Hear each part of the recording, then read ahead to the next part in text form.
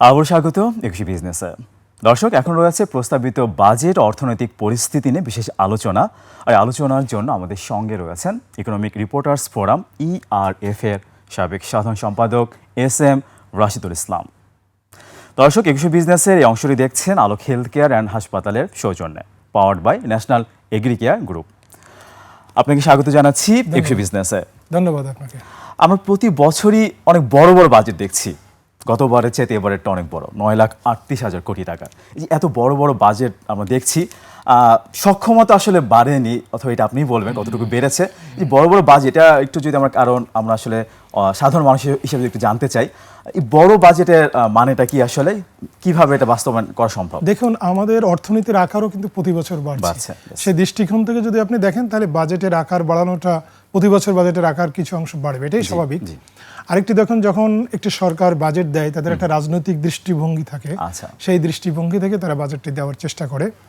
এখন আমাদের দেশে যেটা, আমরা যদি হিস্ট্রিক্যালি দেখি যে 55তম বাজেট এবার দেওয়া হয়েছে, আমাদের বরাবরই প্রতি বছরই যেটি সমস্যা থাকে যে বাজেট বাস্তবায়নটা আমাদের ক্ষেত্রে বড় চ্যালেঞ্জ। হ্যাঁ, বড় বাজেট দেওয়াটা আমার কাছে মনে হয় যে খুব বেশি, যে এটা নিয়ে আমি নেগেটিভ আলোচনা করার কিছু নাই, কিন্তু বাস্তবায়নটা চ্যালেঞ্জ হয়ে যায়। এবার যদি আমরা এবারের বাজেটেই দেখি, এবারের বাজেটে আপনি দেখবেন যে একটি নতুন রাজনৈতিক সরকার ক্ষমতায় এসছে এবং তারা দেশের একটা, কি বলবো, যে একটা মেজরিটি মানুষের সমর্থন নিয়ে আসছে। তো তাদের একটা রাজনৈতিক, যদি বলেন যে একটা নির্বাচনী ইস্তেহার ছিল, এবং সেই ইস্তেহারে কিন্তু অনেকগুলো তারা কমিটমেন্ট করেছিল মানুষের কাছে। ওই কমিটমেন্টের সঙ্গে সামঞ্জস্য রেখে এবার যখন বাজেটটি আমার মনে হয় সরকার প্রণয়ন করেছে, তখন স্বাভাবিক বাজেটের আকারটা বেড়ে গেছে। কিন্তু এখন প্রশ্ন হলো যে সরকার এই বাজেটটি বাস্তবায়ন করতে পারবে কিনা, আমি শুরুতেই যেটি বলছিলাম। আর দেখুন, এবারের বাজেটে আমার কাছে মনে হয়েছে যে আমরা যদি দেখি গতানুগতিক বাজেটটাই আমরা প্রতি বছরই দেখি, এবারের বাজেটে বলবো না যে একদম গতানুগতিক যে পরিস্থিতি সেটা থেকে পুরোটা বেরিয়ে আসছে, সেটা না। বাট এবারের বাজেটে কিন্তু একটি সরকারের একটি মানে নতুন দর্শন বলেন বা একটা নতুন দৃষ্টিভঙ্গি দেওয়ার চেষ্টা করেছে। আপনি যদি দেখেন যে ব্যবসা পরিচালনার খরচ কমানোর জন্য এবার আপনি দেখবেন যে কর শুল্ক পুনর্বিন্যাস করা হয়েছে, নানা জায়গায় কর শুল্ক ছাড় দেওয়া হয়েছে। আপনি যদি দেখেন যে বন্ড যে সুবিধা, শুধুমাত্র আগের যেটি ছিল যে গার্মেন্টস শিল্প সহ 2-4টা রপ্তানিমুখী শিল্পের ক্ষেত্রে দেওয়া হতো, এবার কিন্তু সম্ভাবনাময় সবগুলো রপ্তানিমুখী শিল্পের ক্ষেত্রে বন্ড সুবিধা দেওয়া হচ্ছে। এরকম যদি এবারের বাজেটে কিন্তু দেখবেন যে ব্যবসাকে আরো সহজ করা, মানে ব্যবসায়ী যে খরচটা, এটাকে সহজ করার জন্য বেশ নানাগুলো উদ্যোগ রয়েছে। এর পাশাপাশি যদি আমি বন্ডের কথা বলছেন, বন্ডের অপব্যবহার তো আমরা অনেক দেখি আসলে, তো কোন সেক্টরে সেটা তো আরেকটি আলোচনা। এখন বন্ডের যে অপব্যবহার যদি হয়, সেটা তো সরকারের, আমি বলবো যে ফেলিওর। সরকারকে সেই জায়গায় কঠোর মনিটরিং করতে হবে জাতীয় রাজস্ব বোর্ডকে, যে যাতে বন্ডের অপব্যবহার না করতে পারে। তো বন্ড সুবিধা দেওয়াটা তো আসলে খারাপ না। আমি বলি যে অন্য যেসব গার্মেন্টসের বাইরে যেসব সম্ভাবনাময় শিল্প আছে, সেখানে যদি আমরা বন্ড সুবিধা দিই, আমাদের অর্থনীতিতে যদি বন্ড সুবিধা, তো নিশ্চয়ই আপনি জানেন যে কি, মানে বন্ড সুবিধা যে একটি প্রতিষ্ঠানকে দেওয়া হয় যারা কাঁচামাল কোনো শুল্ক ছাড়া কাঁচামাল আমদানি করবে, ওই কাঁচামাল দেবার পণ্য প্রোডাকশন করে সে দেশের বাইরে পাঠাবে। এটা তো আমাদের একটি হলো যে দেশের, আমাদের অর্থনীতির সবচেয়ে বড় যে সমস্যা, যেটি দেখবেন যে বিনিয়োগ বলেন বা কর্মসংস্থান, আমি মনে করি যে বাংলাদেশের অর্থনীতির সবচেয়ে বড় সংস্থান যে আমরা কর্মসংস্থানটা করতে পারছি না। তো এখানে কর্মসংস্থান যেমন তৈরি হবে, পাশাপাশি আমরা কিন্তু রপ্তানি আয় বাড়বে, এবং আমাদের আমাদের রিজার্ভের কথা বলি বা বৈদেশিক মুদ্রা, সেটিও তো আমরা নিশ্চয়ই সেই জায়গাতে একটা সুবিধা হবে। তো আপনি যেটি বলছিলেন সেটা অ্যাবসলিউটলি আমি মনে করি যে জাতীয় রাজস্ব বোর্ডকে এটা কঠোরভাবে মনিটরিং করতে হবে, যাতে বন্ডের। সাধারণ মানুষের জন্য কতটা আসলে স্বস্তিদায়ক হলে এবার বাজেট কিভাবে দেখেন? হ্যাঁ, দেখুন, আমি শুরুতে যেটি বলছিলাম যে আপনি যখন ব্যবসায় খরচ যখন কমানো হচ্ছে, তার মানে কিন্তু আপনার উৎপাদন খরচ কমানোর একটা দৃষ্টিভঙ্গি রয়েছে। এটাও কিন্তু একটা সাধারণ মানুষের জন্য একটা পজিটিভ। আরেকটি জিনিস দেখেন, যদি আপনি এবার যে 60টি নিত্যপণ্য, যেটি অধিকাংশ হচ্ছে কৃষি পণ্য, কৃষি বা যেগুলো প্রতিদিন আমরা ব্যবহার করি, এরকম পণ্যের ক্ষেত্রে কিন্তু এবার একেবারে কর শুল্ক ছাড় দেওয়া হয়েছে। কাঁচামাল আমদানির উপর শুল্ক কমানো হয়েছে। কাঁচামাল আমদানির উপর শুল্ক কমানো হয়েছে। আপনি চাল ডাল থেকে শুরু করে এরকম একাধিক পণ্যের ক্ষেত্রে উচ্চ কর, এটা কিন্তু মানে 5% করে উচ্চ কর ছিল, সেগুলো কিন্তু ব্যবসা ক্ষেত্রে এটা উচ্চ করটি ছিল, সেটা কিন্তু এবার উঠিয়ে দেওয়া হয়েছে। আরেকটি জিনিস যদি আপনি দেখেন যে এবার সরকার যেটি করেছে যে সামাজিক নিরাপত্তা বলাই, যেটি সামাজিক সুরক্ষা কর্মসূচি, সেটি কিন্তু আপনি দেখবেন যে ফ্যামিলি কার্ড, কৃষক কার্ড, কৃষি ঋণ মৌকুফ, তারপরে বৃক্ষরোপণ কর্মসূচি, খাল খনন কর্মসূচি, এরকম 8টি নতুন কর্মসূচি এবার বাজেটে যুক্ত করা হয়েছে। এবং আপনি দেখবেন যে বিদ্যমান যেসব সামাজিক কর্মসূচি ছিল সেগুলোর উপকারভোগীর সংখ্যা বাড়ানো হয়েছে বা বরাদ্দের পরিমাণ বাড়ানো হয়েছে। এখন কিন্তু সরকারের সামনে চ্যালেঞ্জ হলো যে আপনি ধরুন যে কৃষক কার্ড দেওয়া হবে, মানে ফ্যামিলি কার্ড দেওয়া হবে 42 লাখ পরিবারকে। এবার সরকার মানে আগামী অর্থ বছরে 42 লাখ পরিবারকে ফ্যামিলি কার্ড দিতে চাই। সেই ফ্যামিলি কার্ড দেওয়ার ক্ষেত্রে উপকারভোগীর সংখ্যা বাছাইটা যেন নির্মমভাবে হয়। যারা সত্যিকার অর্থে যারা হচ্ছে আপনার এটা পাওয়ার যোগ্য তারাই যেন পায়। এখানে যেন কোনো রাজনৈতিক প্রভাব বা স্থানীয়, আমরা দেখি যে অনেক সময় স্থানীয় যারা রাজনৈতিক দলের কর্মী রয়েছেন বা যারা হয়তো ধরুন যে একটা ইউনিয়ন পরিষদের চেয়ারম্যান বা ইউপি সদস্য, তাদের এক ধরনের ইনফ্লুয়েন্স থাকে, সেই জায়গাগুলোতে ডেফিনেটলি সরকারকে নজর রাখতে হবে। আচ্ছা, অপ্রদর্শিত অর্থের কথা আমরা বলি, অবশ্যই কালো টাকা না। তো অপ্রদর্শিত অর্থ শুধুমাত্র আমরা দেখলাম যে আবাসন খাতে এটা সুযোগ দেওয়া হয়েছে। তো সেক্ষেত্রে শেয়ার বাজারের কথা আমরা বলি, অনেক বড় একটা সেক্টর। তো সেখানে কি এরকম কোনো সুযোগ দিলে ভালো হতো কিনা? খুব যে বেশি আসলে অপ্রদর্শিত অর্থ শেয়ার বাজারে আসে তাও না, আস্থার জন্য দেওয়া যেত কিনা? শুধু অপ্রদর্শিত অর্থ শেয়ার বাজারে না, অন্য ক্ষেত্রেও খুব একটা ইনভেস্টমেন্ট হয় না। এটা আমরা যদি দেখি, যদি আপনি গত কয়েক বছর বা আমার মনে হয় এটা কোনোবারই ওইভাবে, সম্ভবত 2007 এবং 8 সাল যখন ওই সময় একটা সরকার ছিল সেনা সমর্থিত সরকার, সেই সময় কিছু টাকা এসেছিল, তারপরে আসলে এরকম কেন আসে না, ভীতিটা আসলে কোথায়? এটা অনেকগুলো কারণ রয়েছে। তবে আমার ব্যক্তিগত ওপিনিয়ন ছিল যে আমাদের যেহেতু ইকোনমিটা এখনো এরকম স্ট্রং না, এই যে অপ্রদর্শিত আনট্যাক্সড যে মানিটা, এটা আমার মনে হয় মানে হয়তো এথিক্যালি এটা সঠিক না, বাট আমার মনে হয় আমাদের ইকোনমির স্বার্থে এটা ইনভেস্টমেন্ট করার সুযোগ দেওয়া উচিত। মানে আমি এটা ব্যক্তিগতভাবে, একেবারে আমার পার্সোনাল ওপিনিয়ন। হ্যাঁ, তবে আপনার এটা তো এথিক্যাল একটা বিষয় তো রয়েছে। আপনি একটা মানে আনট্যাক্সড মানি, সেটাকে আপনি হয়তো নৈতিকভাবে আপনি সমর্থন করতে পারেন না, কিন্তু আপনি দেখুন যে আমাদের ইকোনমির যে অবস্থা, আপনি বেশি করে যে পুঁজিবাজারের কথা বলছিলেন, সেখানে যদি আনট্যাক্সড মানিকে নিয়ে আসা যায় এবং তার মাধ্যমে যদি আমাদের পুঁজিবাজারটা চাঙ্গা হয়, যদি ইনভেস্টমেন্টের সুযোগ তৈরি হয়, আমরা তো এখানে দেখছি যে আমাদের ঋণের খুব সংকট। বড় বড় অর্থায়নের কথা কিন্তু বলছে যে পুঁজিবাজার থেকে হবে। জি, এবং এই সরকার বেশ পজিটিভ মনে হচ্ছে পুঁজিবাজার নিয়ে। জি, এখন ওই আনট্যাক্সড মানিটা আমার মনে হয় যে সুযোগ শুধু দিলে হবে না, পাশাপাশি এটাকে ইনশিওর করতে হবে। আপনি যেটি বলছিলেন যে খুব বেশি এই আনট্যাক্সড মানি সুযোগ দেওয়া হলেও খুব বেশি ইনভেস্টমেন্ট হয় না, এটা নানা কারণ আছে। একটু দেখেন যে মানে আপনি হয়তো দুদক কোনো প্রশ্ন জিজ্ঞেস করলো না, কিন্তু সরকারের অন্য একটা সংস্থা তাকে প্রশ্ন জিজ্ঞেস করলো বা একটু হয়রানি করলো বা একটা অনেক সময় সোশ্যালি হ্যারাসমেন্ট হওয়ার সুযোগ থাকে, সম্ভাবনা থাকে। তো এইসব জায়গাগুলো এখনো আমরা আসলে কিন্তু উত্তরণ করতে পারি নাই, যে কারণে আমার মনে হয় যে ওই আনট্যাক্সড মানে সুযোগ দিলেও ইনভেস্টমেন্ট ওইভাবে হয় না। তো এবারে এই বড় বাজেটের চ্যালেঞ্জগুলো কি কি, কিভাবে ঘাটতি মেটাবো আমরা? এবারের বাজেটটি আমি যেটা শুরুতে বলছিলাম যে এবারের বাজেটটি যদি বলেন যে একটা হচ্ছে বিনিয়োগ বান্ধব, ব্যবসা বান্ধব, পাশাপাশি কিন্তু সাধারণ মানুষের স্বস্তি দেওয়ার একটা প্রয়াস কিন্তু রয়েছে। এবারের বাজেটের চ্যালেঞ্জ যদি বলি, আমি প্রথমে 1 নম্বরে রাখবো যে রাজস্ব আয়। আপনি জানেন যে 6,95,000 কোটি টাকা রাজস্ব আয়ের টার্গেট দেওয়া হয়েছে এবং জাতীয় রাজস্ব বোর্ডকে সম্ভবত 6,08,000 কোটি টাকা। তা আমরা যদি দেখি জাতীয় রাজস্ব বোর্ড প্রতি বছরই টার্গেট পূরণ করতে পারে না, সেই সক্ষমতাও জাতীয় রাজস্ব বোর্ডের নাই। তো রাজস্ব আয় যে নির্ধারিত লক্ষ্যমাত্রা অর্জন করাটা কঠিন হবে। তবে আমার মনে হয় সরকার যেহেতু মানে একটি গত 20 বছর পরে কিন্তু বিএনপি নেতৃত্বাধীন সরকারি বাজেটটি দেওয়ার সুযোগ পেয়েছে এবং সরকার মানুষের কাছে যে অঙ্গীকার করেছে যে আমরা আর্থিক সেক্টর থেকে সব জায়গায় সংস্কার করব।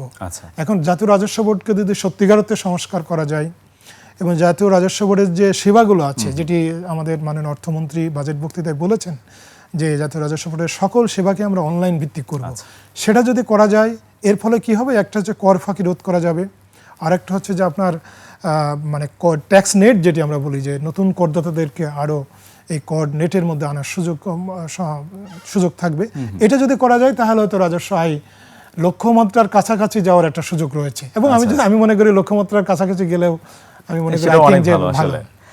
বিদেশি বিনিয়োগ নিয়ে আসলে 1.5% উপর 1.5% প্রণোদনা দেওয়া হবে, কমিশন দেওয়া হবে। এই বিষয়টিকে আপনি কিভাবে দেখছেন? কম হয়ে গেল না বেশি হয়ে গেল, কিভাবে দেখছেন? না, আমি দেখুন, আমার মনে হয় যে আসলে আমার মনে হয় আমাদের মাননীয় প্রধানমন্ত্রীর মাথা থেকে উনি হয়তো বলছিলেন, বাজেট বাজেট বক্তব্যে আছে কিনা আমি এক্স্যাক্টলি বলতে পারছি না।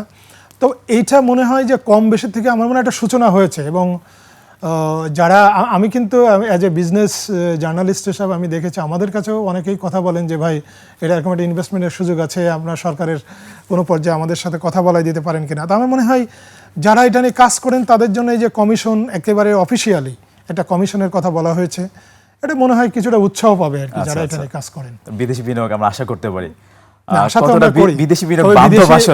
বিদেশি বিনিয়োগের ভাই বাস্তবতা হচ্ছে, আপনি যদি জ্বালানি, বিদ্যুৎ এইগুলোর যদি নির্বিচ্ছিন্ন জ্বালানি সাপ্লাই না করতে পারে, তাহলে কিন্তু আসলে আমরা বিদেশি বিনিয়োগ পাবো না। এটাকে আগে নজর দিতে হবে।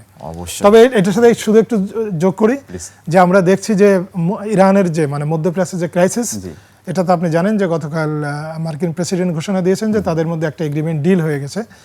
তো আশা করি এটার কারণে আমরা হয়তো জ্বালানির যেটা সংকট আমরা তৈরি হয়েছিল, ভয়াবহ সংকট, সেটা থেকে উত্তরণ ঘটবে। আমরা সেটাই প্রত্যাশা করছি। দর্শক, এ পর্যায়ে নিচ্ছি একটা বিরতি, ফিরবো একটু পরেই, ততক্ষণ আমাদের সঙ্গেই থাকুন।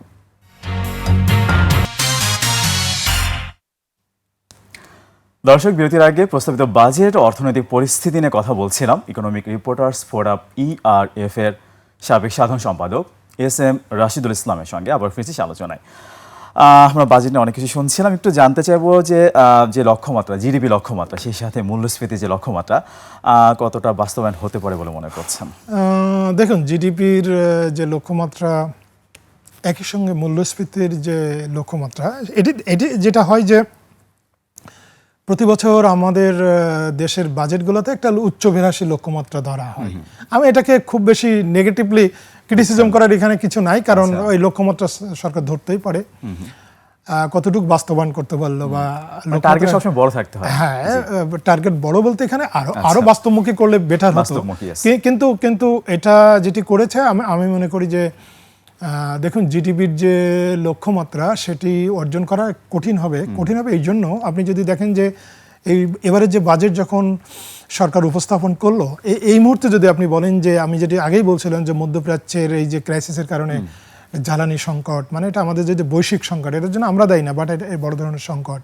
তারপরে যদি দেখেন যে আমাদের দেশের মধ্যে যে ব্যাংকিং খাত, এটা ভঙ্গুর অবস্থা, তারপরে অর্থনীতিরও এক ধরনের ভঙ্গুর অবস্থা, এটা ইনহেরিটলি সরকার পেয়েছে এরকম। এবং মূল্যস্ফীতিও আসলে একদম হাই মূল্যস্ফীতি, উচ্চ মূল্যস্ফীতি, এরকম একটা বলছি যে এরকম একটা বড় বড় মোটা দাগের এই চ্যালেঞ্জগুলো সামনে রেখে সরকার যখন বাজেট দিয়েছে, এই সব চ্যালেঞ্জকে মোকাবেলা করে এই এই যে জিডিপির যে লক্ষ্যমাত্রা অর্জন করাটা কঠিন হবে সরকারের জন্য। তো এখন আমরা জানি যে মূল্যস্ফীতির কথা আপনি যেটি বলছিলেন, যে দেখুন বর্তমানে তো 9.42% মূল্যস্ফীতি, এটা ডেফিনেটলি উচ্চ মূল্যস্ফীতি। আমি বলবো যে সরকার যে লক্ষ্যমাত্রা নির্ধারণ করেছে যে 7.5, এটাতে যদি সরকার না যেতে পারে, এটা কাছাকাছি যদি যেতে পারে, আই থিঙ্ক যেটা খুব ভালো হবে। আরেকটা জিনিস যদি দেখেন যে এবারের কিন্তু বাজেটের একটা দর্শন এমন যে উৎপাদন খরচটা কমিয়ে, হ্যাঁ, তারপর হচ্ছে সাপ্লাই চেইনটা স্মুথ করে, যে আপনি ইকোনমিক্সের একটা মৌলিক সূত্র হচ্ছে যে আপনি মূল্যস্ফীতি নিয়ন্ত্রণ করার জন্য যদি আপনি ক্রয় ক্ষমতা বাড়াতে পারেন, আমি যদি দেশের সাধারণ মানুষের ক্রয় ক্ষমতা বাড়ানো যায়, তাহলে মূল্যস্ফীতি থাকলেও কিন্তু সাধারণ মানুষ কিছুটা হলে স্বস্তি পায়।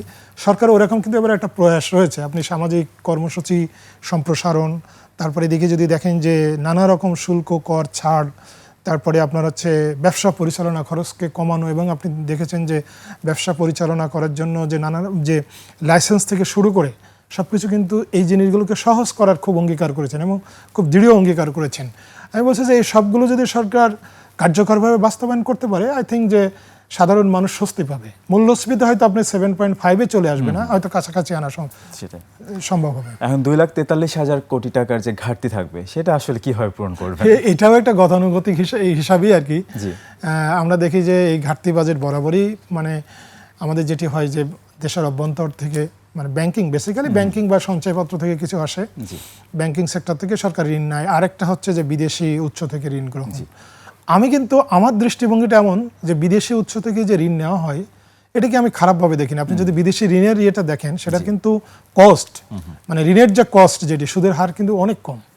এবং আমরা কিন্তু বিদেশি ঋণ পরিশোধের যে আমাদের যে হিস্ট্রিক্যালি যে রেকর্ড সেটা কিন্তু বেশ ভালো, আপনি নিশ্চয়ই জানেন। তো এটাতে আমার মনে হয় যেটা সমস্যাটা হচ্ছে যে দেশের অভ্যন্তর থেকে যে সরকার 1,00,000 কোটি টাকার জন্য টার্গেট নির্ধারণ করেছে, এই যে ব্যাংক থেকে যে ঋণটা নেওয়া হবে এটার ফলে যেটা হয় যে বেসরকারি খাতে যে ঋণ প্রবাহ যেটি সেটা বাধাগ্রস্ত হয়। আপনার যারা উদ্যোক্তা তারা হয়তো ঋণ পায় না, অনেক ক্ষেত্রে তাদের ঋণের সংকট হয়। তো সরকার যদি এরকম ওই সরকার যেহেতু আমরা আগে একটা আলোচনা করেছিলাম যে মাননীয় প্রধানমন্ত্রী একটা ঘোষণা দিয়েছেন যে বিদেশি ইনভেস্টমেন্ট কেউ যদি আনে সেক্ষেত্রে আমাদের কমিশন দেওয়া, এই জিনিসগুলোকে সরকার যদি খুব বেশি এমফাসিস দেয় তাহলে আমার মনে হয় এই যে ব্যাংক থেকে যে ঋণ নেওয়া এটা তো কমানো সম্ভব হবে এবং এটা কমাতে পারলে বেটার। বিদেশি যে উৎস থেকে যে ঋণ এটাকে আমি খারাপভাবে দেখি না, কারণ ওটার যদি কস্টটা অনেক কম।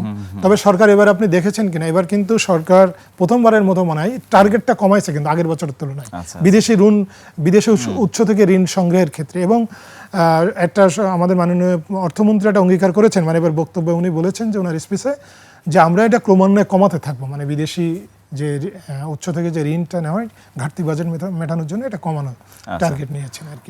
একদম শেষের দিকে এবার আমরা দেখলাম কর্পোরেট ট্যাক্স তো আগের মতোই রেখেছে, বাট বলা হচ্ছে আইপিও আনার জন্য যে বাধাগুলো সেগুলো দূর করা হবে। তো সেই ক্ষেত্রে ভালো আইপিও কতটা আসতে পারে, কিভাবে দেখছেন? দেখুন, আমি আগে একটি কথা বলছিলাম যে সংস্কার করতে হবে, একেবারে কার্যকর সংস্কার। এবং আমাদের মাননীয় অর্থমন্ত্রী, আপনি যদি ওনার শুধু বাজেট বক্তব্য নয়, আপনি যদি বাজেটের আগে উনি 1-1.5 মাস বিভিন্ন নানা সভা সেমিনারে সরকারের প্রোগ্রামে উনি কিন্তু বারবার বলার চেষ্টা করেছেন যে এবার পুঁজিবাজারকে আমরা অর্থায়নের একটা জায়গা, মানে আমাদের ইনভেস্টমেন্টের একটা জায়গা করব। এবং আমাদের মাননীয় প্রধানমন্ত্রী বলেছেন এখন এর জন্য আসলে সংস্কার করতে হবে সত্যিকারের। এবং সরকারের কিন্তু এবার প্রথম বছর, আগামী 5 বছরের যদি বলেন এটা প্রথম বছর, এবং এই ধরনের বোল্ড ডিসিশনগুলো কিন্তু প্রথমেই নিতে হয়। হ্যাঁ, হয়তো 3 বছর পরে গিয়ে তখন আর এই ধরনের অনেক ডিসিশন আছে নেওয়া কঠিন হয়ে যায়। আর মানে এই সংস্কারগুলো যদি করতে পারেন, সরকার যেসব অঙ্গীকার করেছেন, তাহলে হয়তো কিছু ভালো আইপিও আনার তৈরি হবে। এবং আরেকটি জিনিস আমার কিন্তু মনে হয়েছে, যেটা আমি ঠিক পুঁজিবাজারের বিশেষজ্ঞ নই, আমি সাধারণ সংবাদকর্মী হিসেবে আমার কাছে যেটা মনে হয় যে পুঁজিবাজারে এবার এই সরকার এসে যাদেরকে নিয়োগ দিচ্ছে সেইগুলো আমার কাছে মনে হয়েছে যে প্রফেশনাল কোনো বিবেচনা, রাজনৈতিক বিবেচনা বা এটা একটা আমি মনে করি একটা ভালো সিগন্যাল। সরকার সদিচ্ছা আছে পুরো অর্থনীতিকে ভালো করার জন্য, আসলে সরকারের সদিচ্ছা আছে, সেই প্রত্যাশা আমরা করব। আপনাকে অনেক ধন্যবাদ আমাদেরকে সময় দেওয়ার জন্য। ধন্যবাদ আপনাকে। দর্শক, এতক্ষণ প্রস্তাবিত বাজেট, অর্থনৈতিক পরিস্থিতি, নানা দিক ও করণীয় কথা বলছিলেন ইকোনমিক রিপোর্টার্স ফোরাম ERF এর সাবেক সাধারণ সম্পাদক SM রাশিদুল ইসলাম। দর্শক, নিচ্ছি একটা বিরতি। দুপুর 2:30 আবারও ফিরে আসবো 21 বিজনেসে আরও আয়োজন নিয়ে। দেখার আমন্ত্রণ রইল, একুশ সঙ্গে থাকুন।